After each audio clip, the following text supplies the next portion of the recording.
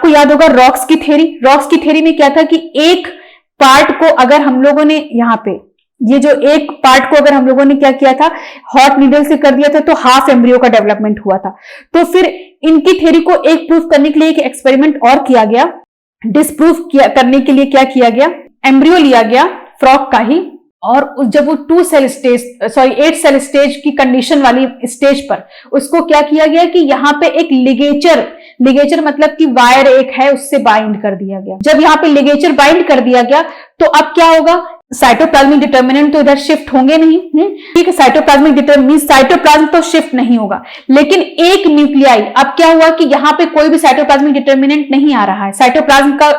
Transfer नहीं हो रहा है, लेकिन एक न्यूक्लियाई, सिर्फ सेल के अंदर का एक न्यूक्लियाई जो है वो यहाँ पे मूव करता है, एक न्यूक्लियाई, और एक न्यूक्लियाई मूव करने के बाद यहाँ पे भले ही साइटोप्लाज्म कुछ भी नहीं आ रहा था, लेकिन जब डेवलपमेंट हुई तो 2 लार्वा का डेवलपमेंट हुआ। तो इससे क्या समझ में आ गया कि रेगुलेटिव डेवलपमेंट है ना, कि भले ही इसके पास कंडीशन नहीं थी क्योंकि यहाँ पे कोई भी साइटोप्लाज्मिक डिटर्मिनेंट नहीं थे, लेकिन ये बगल वाली सेल से सिर्फ एक न्यूक्लियाई माइग्रेट किया और उस एक न्यूक्लियाई ने पूरा का पूरा ये लार्वा बना दिया। तो ये क्या हो गया, ये रेगुलेटिव डेवलपमेंट को प्रूफ करता है और वीजमैन की थ्योरी को डिस्प्रूवन करता है। और फिर बाद में ये पता चला कि जो रॉक्स ने एक्सपेरिमेंट किया था वीजमैन को सपोर्ट करने के लिए, रॉक्स ने जो एक्सपेरिमेंट किया था वीजमैन को सपोर्ट करने के लिए, जिसको डिफेक्ट एक्सपेरिमेंट कहा गया था। डिफेक्ट एक्सपेरिमेंट क्यों कहा गया, क्योंकि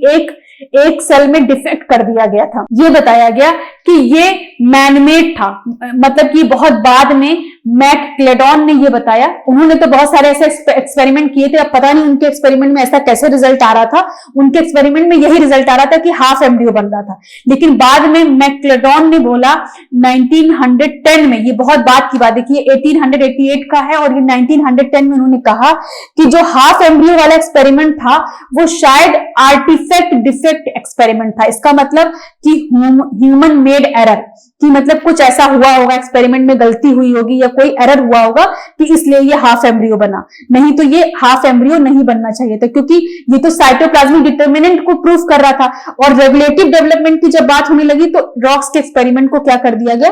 कि शायद ये मैनमेड एरर था। ठीक है,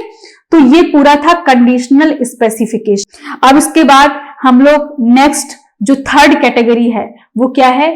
ठीक है, सिनकाइशियल स्पेसिफिकेशन।